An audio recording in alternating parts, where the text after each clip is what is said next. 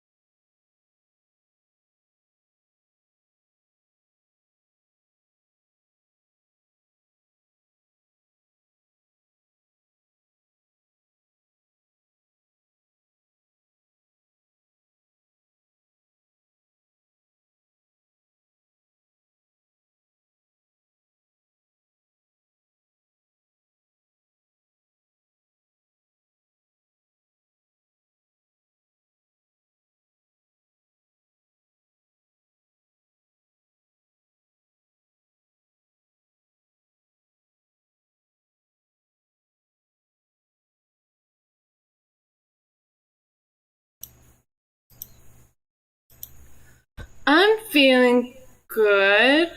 My focus for the week is the same thing as every week. I'm focusing on give economy stuff and coordination, and I also want to finish out some nitpicky designy things and checking on everybody, and then get started on writing the give drop blog posts and stuff like this. And yeah, governance stuff. I guess there's just 2 polls in the forum that I put yesterday, so I want everyone to vote on those proposals. It's the 1 billion give initial supply and the final distribution. I think everyone agrees, but just go in there and signal your vote. Other than that, I'm just here to hang out, and I'll pass it to Rochelle.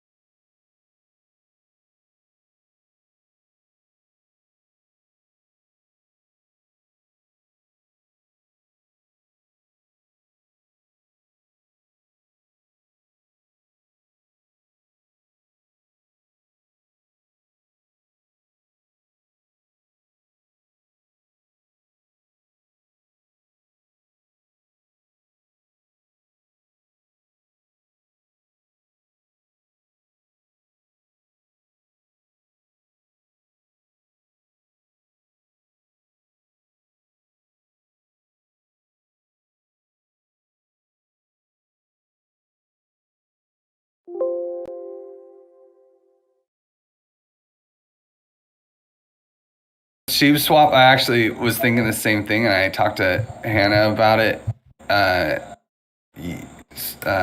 yesterday or someday. I don't know. And I feel like we should build a bridge with that community for sure. So whether it's this or just something else. Well, Sushi Swap seems like an easy one. Like it's established and has a lot going on with it. And then Sheeb as a new one feels interesting and exciting. I don't. Maybe there's a different way to play with them. I don't know, but I think diversity is good.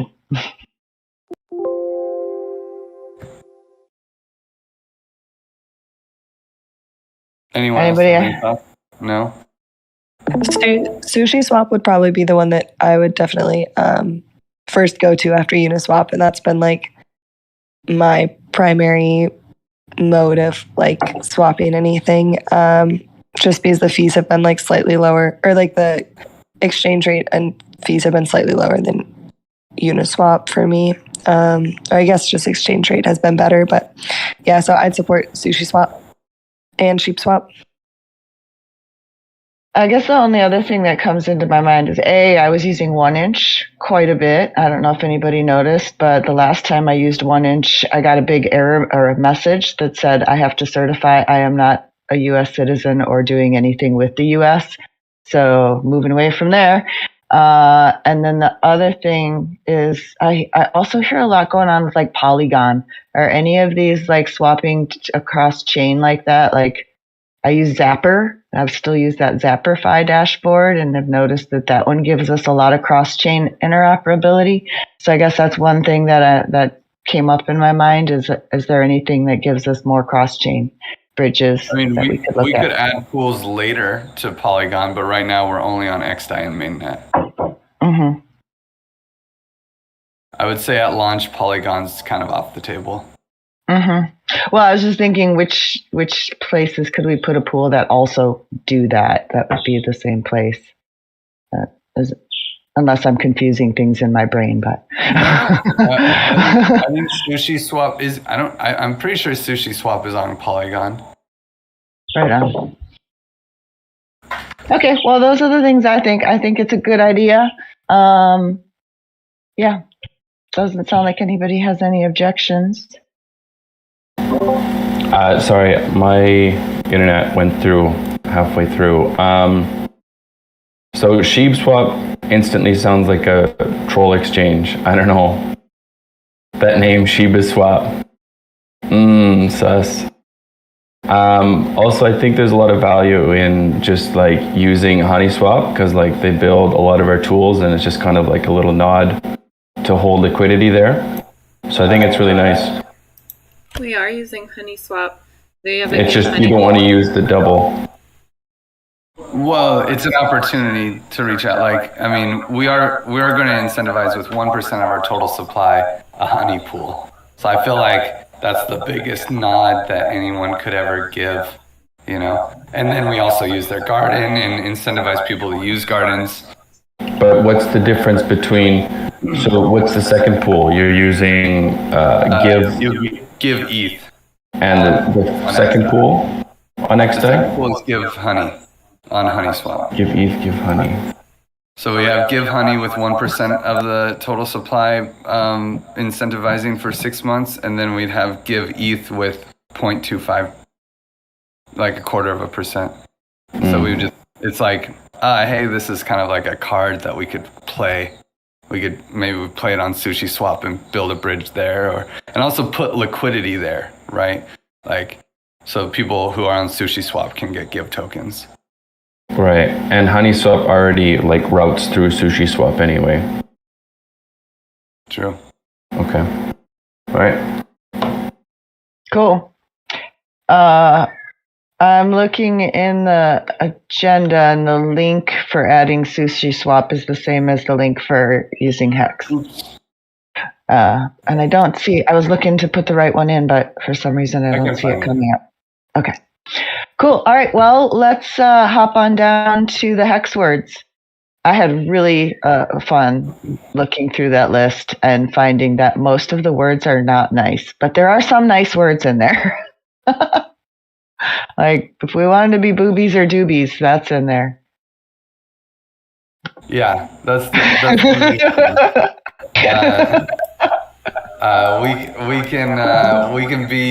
can put any word. Just check out this forum post. I don't think we need to talk about it so much in this call, but like we can put about 7 or 8 7 characters is really like the ideal limit for putting something up there. We could do 8, or if we had something really good, I could turn off the minors and figure out how to use the minors to do like up to 10 or 11 characters. So it'd have to be like, oh, this is too good, we have to do it, you know? So ideally we'd use about 7 letters, and we can put it, you know, Damnode did 6, right? They did Dow at the front and Dow at the back. Okay, that was my question. So you could do it at the front and the back, because that's what we always look to make sure we have the right address as the first and last ones. Didn't they put Dow in, but then they had to redeploy it anyway? Yeah, but then they redeployed it with Dow and Dow. Well, my vote is for Gervs. Oh my god. You can't, there's no G, U, There's or no R, G. or B. There's an E and an S. Well, I put the ones that I found in there. You guys go in and have some fun and see what you can come up with. I like idea, by the way. That was good. I know, idea was good, right? Yeah. Uh-huh. Idea Dow. Okay, let's see. Where else do we want to go today? Should we jump on into the reputation DAO and talk about the RGive token burn and mint strategy a little bit?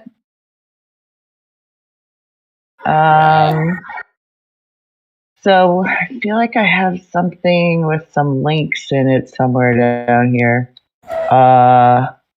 Proposals, details. Where did we? Oh yeah, if you scroll down to, there's a number 4. We've talked about this quite a bit. And then, so right under 2.1, I put some links in here. So we've got the link for the forum, giveth.io, just kind of gathering information about it. Hannah's written a draft of a blog post, and I'm in the process of editing and adding a bunch of stuff to that right now. That's something I'll be focusing on this week. And then the next 2 things, item number 2 is the RGive token distribution spreadsheet. I'm sharing that because we need to figure out how many we're distributing to whom in the next next mint. But at the same time, we need to take a look at how to relaunch the DAO and change our configuration. So that's the important document that's on there. Item number 3, governance 2.0 RDAO. That was the initial configuration that we all hacked through and set parameters for how we did it in the very beginning. This is where we decided on the 111, 222, and the support percentage, minimum approval, all of these different things. So we get to do that all over again. Yay! With new people and new thoughts and new learnings from how it's gone so far.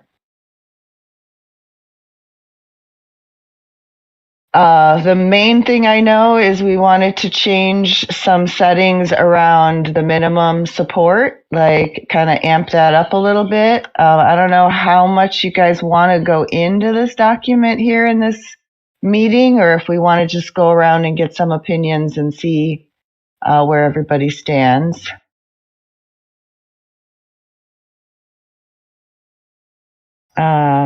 I don't know if this is the first time you're seeing this document, Mitch, but I know you and I are the governance stewards that would be responsible for tracking this, putting it together, and then getting it agreed and built out. So I'm curious if you have any questions, taking a look at it.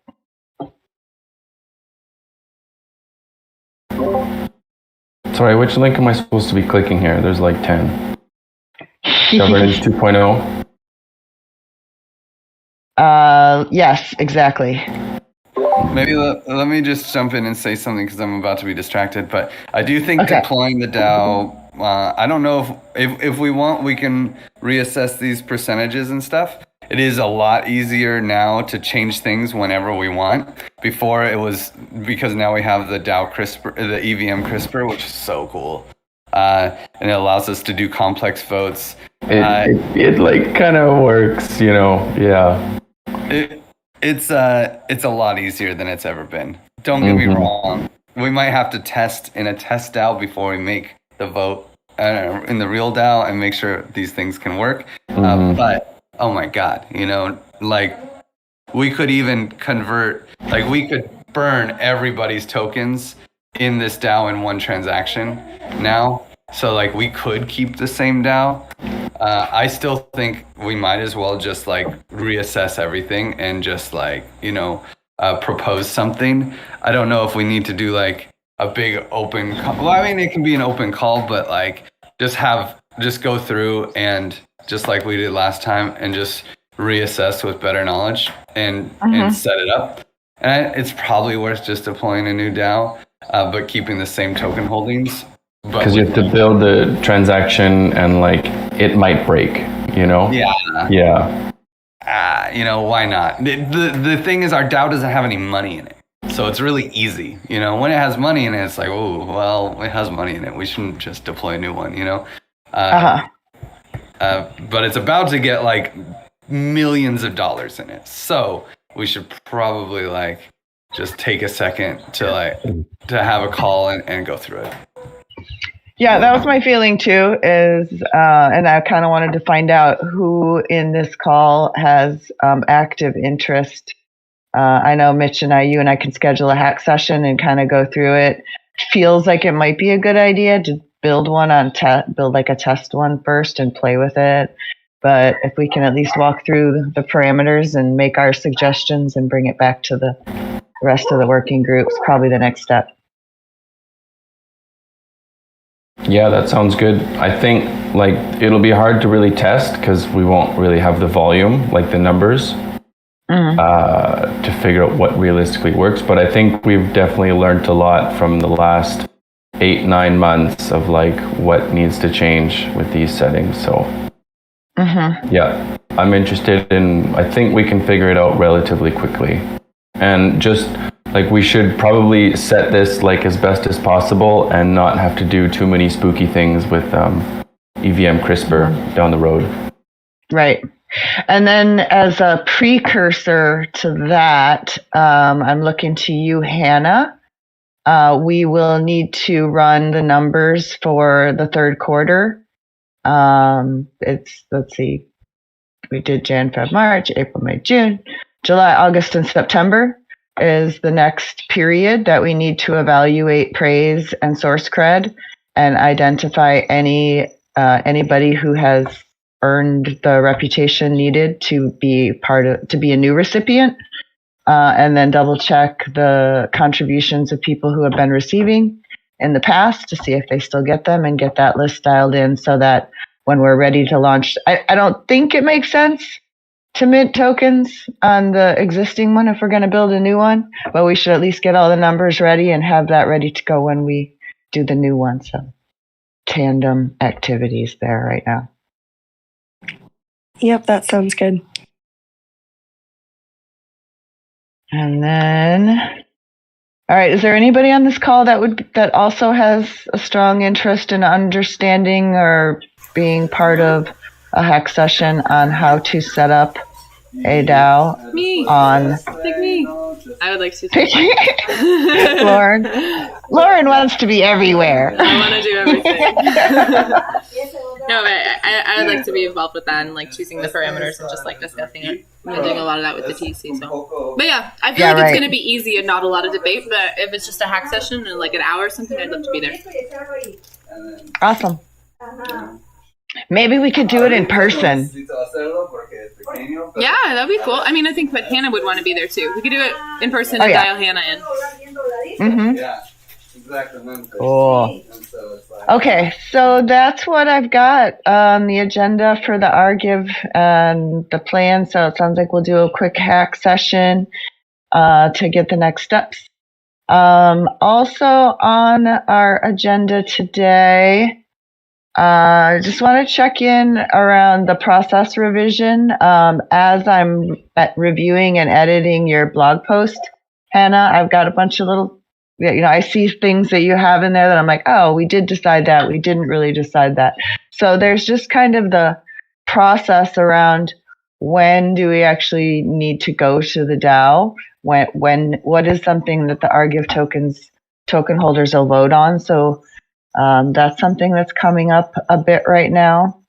And I think that's just a proposal that Hannah, you and I can kind of hack on. I think that's within our scope as the steward responsibilities. But if anybody has strong thoughts, I think we'll put this up on the forum first and start talking about it so we can get that put together. And then the other thing that we have kind of working right now is around our payment process changes. So we're already here at the midpoint of October. I don't know if we've got enough ETH left in the current coffers to pay regular rewards from there. So I think not only do we need to look ahead at how we're going to complete regular reward payments for this coming month, but also going forward, we've talked about now that we have our circles, the circles will be producing a budget and requesting their budget from the DAO. So we've got to have some processes around how frequently we do that. And the question that Ashley asked, I think, fits under this topic. So you asked, will we continue using the campaigns that are under the Giveth DAC on Trace for receiving those budgets and distributing to contributors? So I'd love to hear what you guys think about that. Ashley, do you want to jump in and share how that came up for you when you were doing the documentation? Well, yeah, it came up for me because I've been going through and verifying all the campaigns on Trace, and they will be reflected over on IO, and making sure that those are all verified, because moving forward, the only way to create a campaign will be by first making a project and getting it verified. And so as I'm going through and either choosing to archive these campaigns that are no longer being used or verify them if they are continuing to be used, I'm just questioning. We have campaigns on there that are based around circles. So one doesn't exist anymore, the social coding one, and then there's a communications campaign, but now we have community circle, and communications is under that. So I'm just curious how the structure will be going forward and which ones we would archive and which ones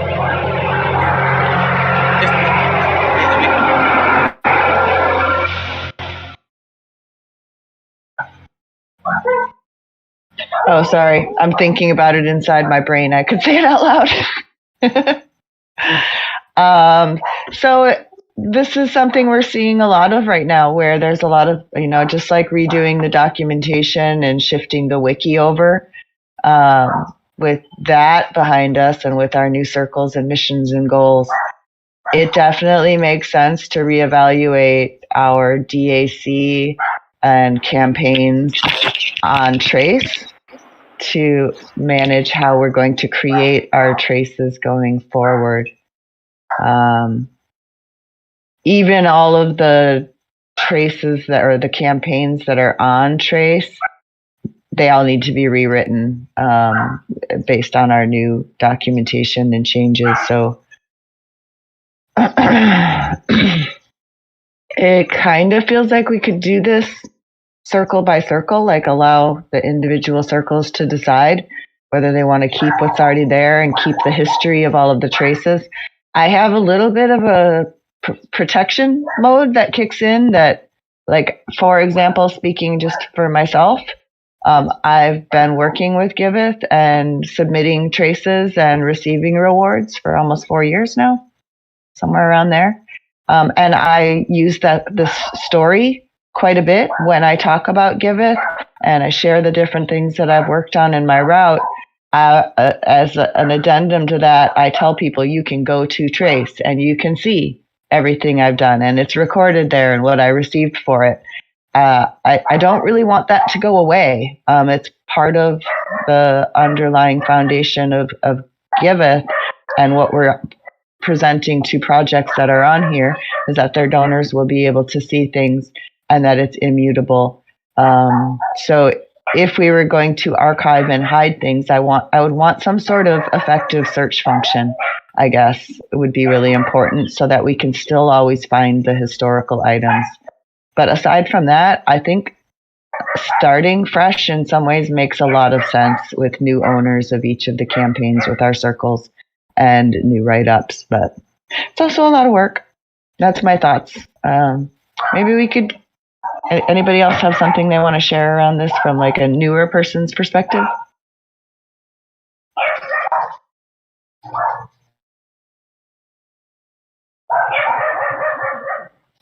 Either no opinion or not finding the mute button.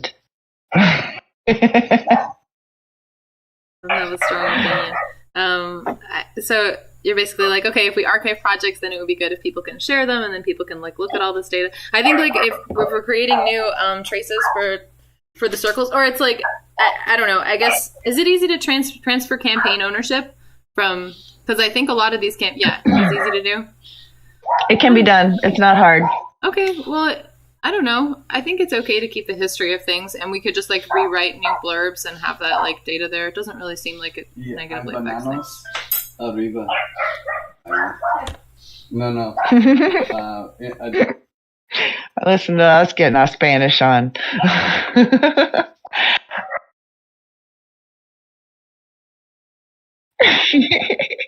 Nice.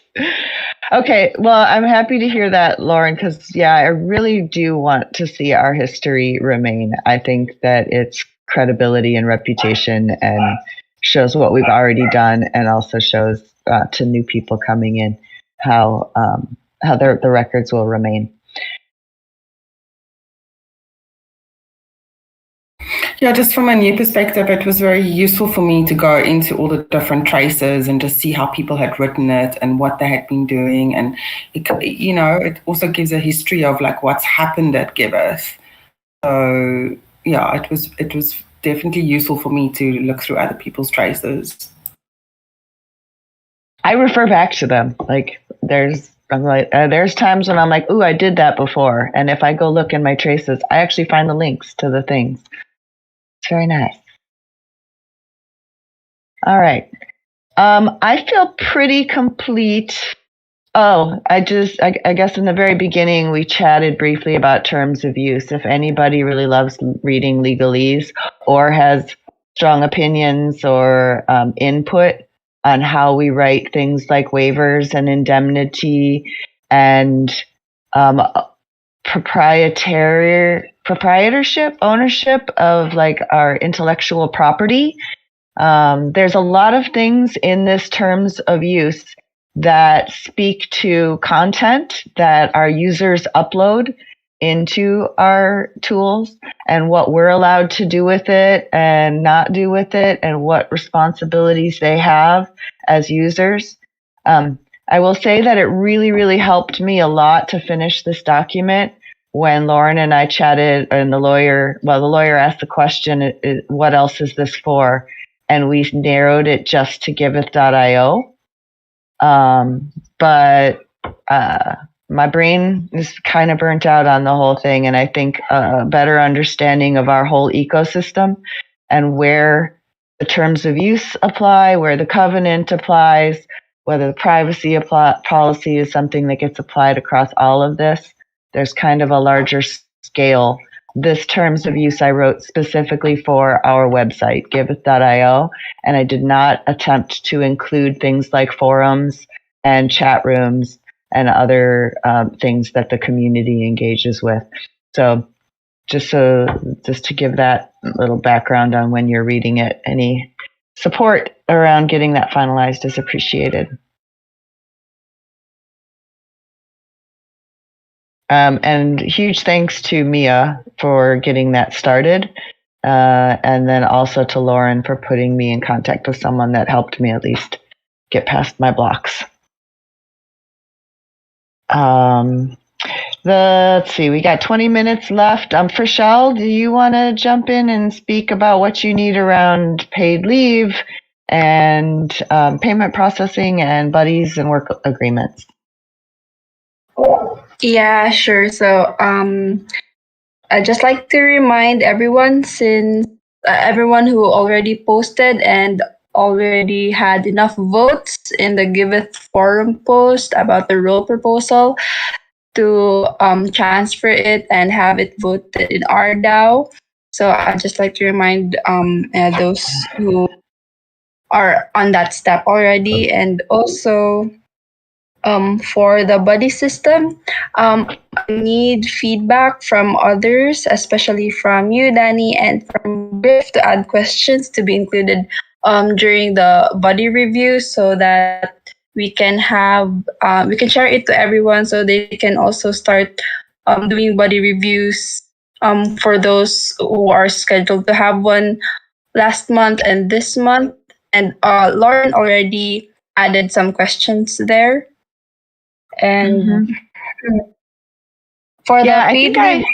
leave, Good. I think I did add a question, but it also prompted me to think about transparency around these things and how much we want to be sharing our buddy review information and getting peer feedback as well. I don't know if that's part of it, but I was definitely thinking that it would be useful to be able to have this information somewhere where we as a team can see and get feedback from each other too.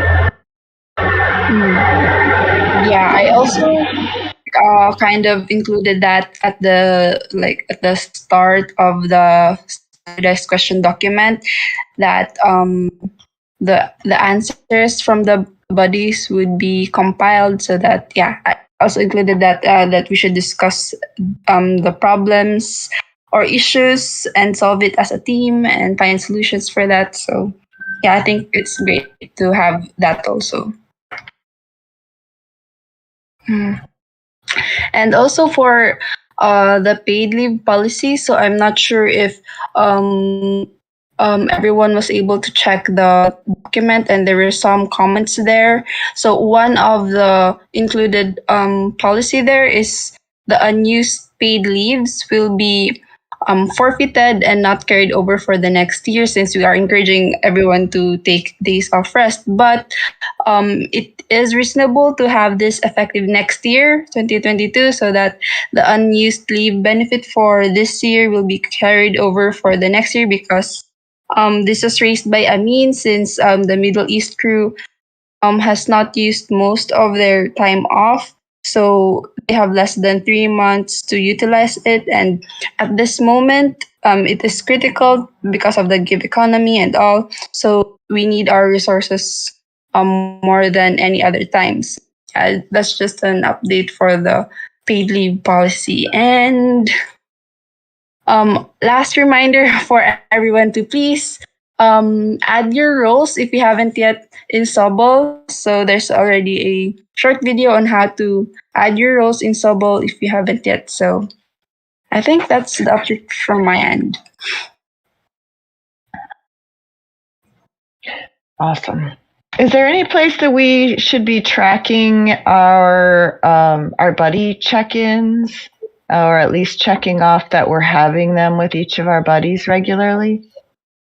I created a file, so I might share it. So I'll share it, and it shows like the scheduled buddy reviews. So I'll just share a file for this, for our monitoring for the performance reviews.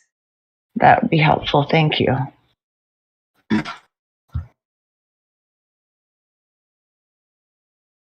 Okay. Hannah, is there anything that you want to share or check in with around contributor reward process revisions, such as like PAN payouts and things like that?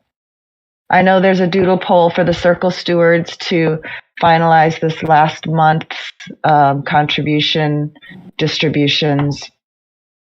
Yeah, so any working group stewards, please vote so we can get that scheduled. And then in terms of the overall process, I think that one conversation that we could have would be around whether we want to continue PAN payments after launch or not, and then how to kind of diminish the funds if we decide no. So we could talk about that now. We could also talk about it. We could put it on the agenda for next week. Since I guess there's no like major rush on that, since we don't launch for a little bit. But that would be one thing that I guess people can think about. And that would probably be, one of the only things that I would say we should all kind of like talk about as a group. But I could also write up some proposals and different options for that.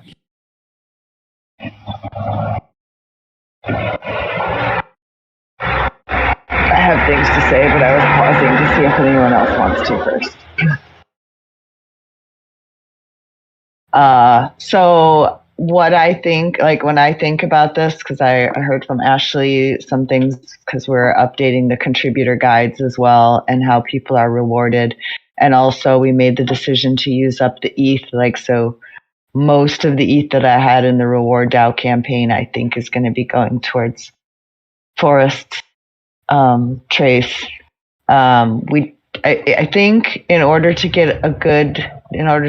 make a good strategy for this, we need to take a look at what funds we have and expect in different formats. And the pan, like in the beginning, that was all we had. That was basically what we had to distribute. Now the pot of pan has diminished to a point where the way we're distributing it to people often isn't even enough to be able to withdraw from a trace because it needs to be over 300. So what pan we already have, how much we expect to be receiving, like maybe looking at what's been coming in from each of our Gitcoin grant rounds. Ashley mentioned something about having other tokens that we have converted to pan so that we could be using them to stake and match and be more effective with the resources that we're holding on to, are some various things that have been coming into my mind around that. So like as an overall contributor reward process, I think we need to look at pan as one part of that overall contributor reward process and look at what we have in them, what we expect to have in them, and how we can kind of redo a new contributor reward strategy, because the pan payments and the Reward DAO was what we built when we were giving out ETH to people who contributed. And then we got pan, so we've been doing the pan payouts. Now we're going to have the Give token. So we're in a transition moment, and I think it makes sense to really reevaluate all the what we have and what's coming into it and what will be coming into it, and just make a new plan for how to reward contributors going forward and how to use our coffers wisely.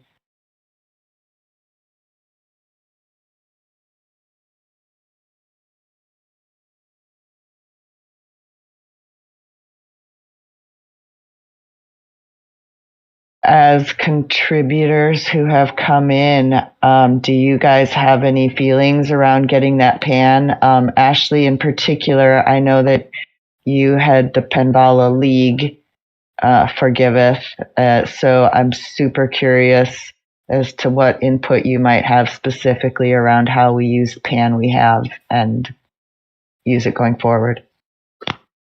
Yeah, I mean, if we don't use it to distribute rewards to contributors, the thing is I think it's important that all of our community members have pan in their possession so that they can stake it to our community, since that gives us multipliers on our grant donations that we receive. So I think it's important to have that, to continue that strong partnership with Panvala and being part of this league, because I think that it's a win-win situation. I also think that if we encourage donations in pan on platform, we could notify these different projects that are receiving pan donations and like tell them about Panvala and that they could receive matching for receiving donations in pan if they become part of their league. So it seems like a really strong partnership to have. So I'd hate to see pan go away and for our community to not use it anymore, whether that be through rewards or however we choose to use it. I just don't want to see it go away. Yeah, me too. Even like with the rainbow rolls, the NFT giveaway, simply having at least 2,000 pan tokens in your wallet qualifies you for the pre-mint for that. So there's things like that, as well as the staking and I do think it makes good sense to figure out how to strengthen our relationship with Panvala and to make that available to all of our contributors. I just don't know how. I don't know our numbers well enough to see how to do that.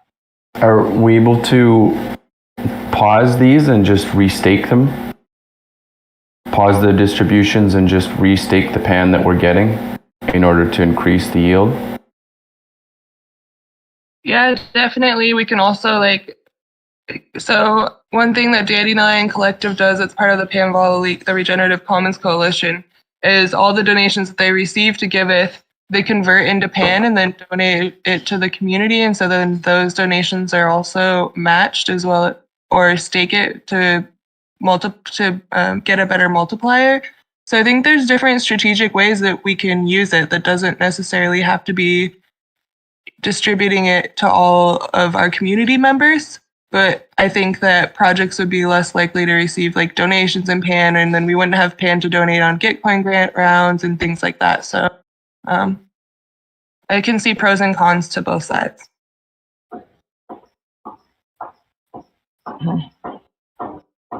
And we had some ETH in there as well, but that ETH is gone. ETH in where?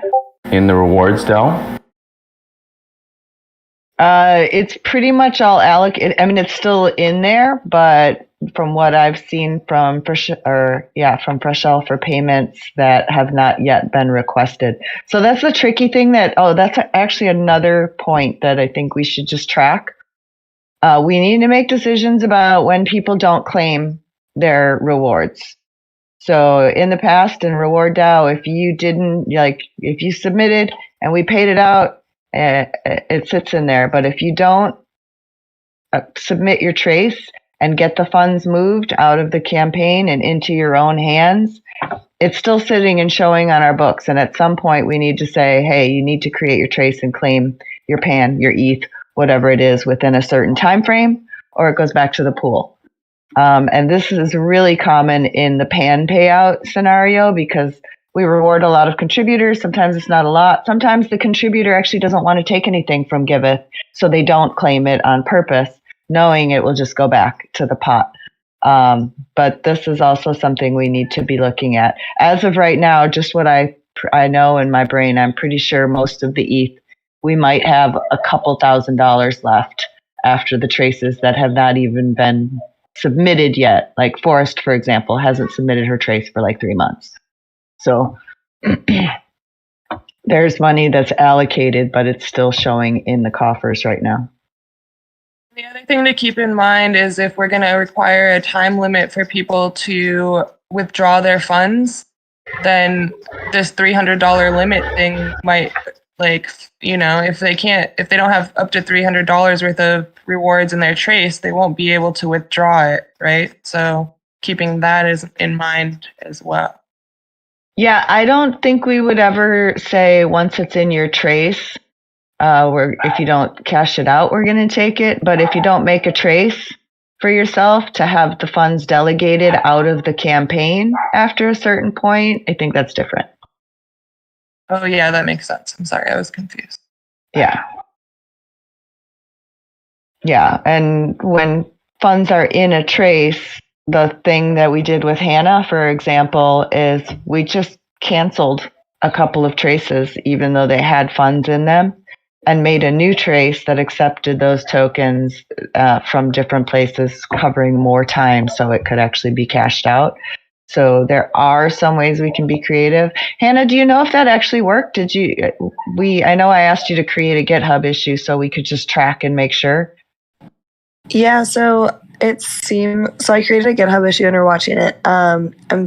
It seems like it worked. I'm still waiting on getting those approved to have the funds. But yeah, so far, no issues have come up from it. Cool. Okay, so that is one thing. And that just reminded me, I have a topic to follow up with the devs on around some of these traces that have $1,000 worth of ETH, but 5 DAI sitting in them, so they can't be cashed out. Do you have, not for this call, but it is an important thing with this $300 minimum sitting there that every token has to have $300 on it to take it out.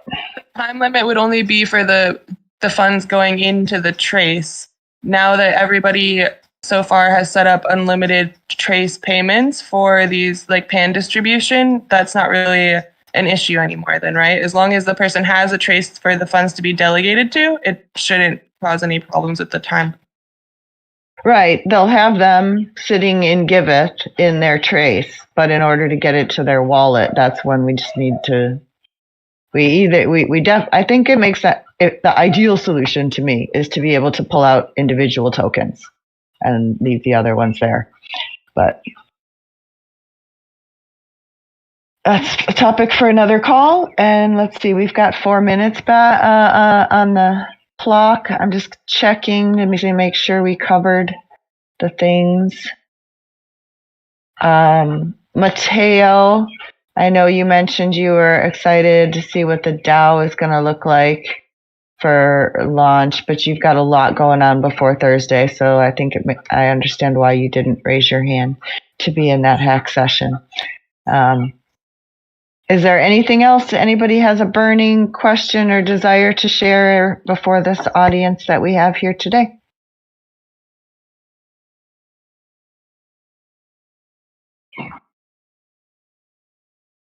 Okay.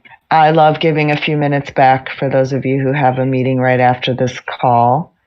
So I bid you adieu and gracias. And let's have a great week, y'all. Thanks for being here.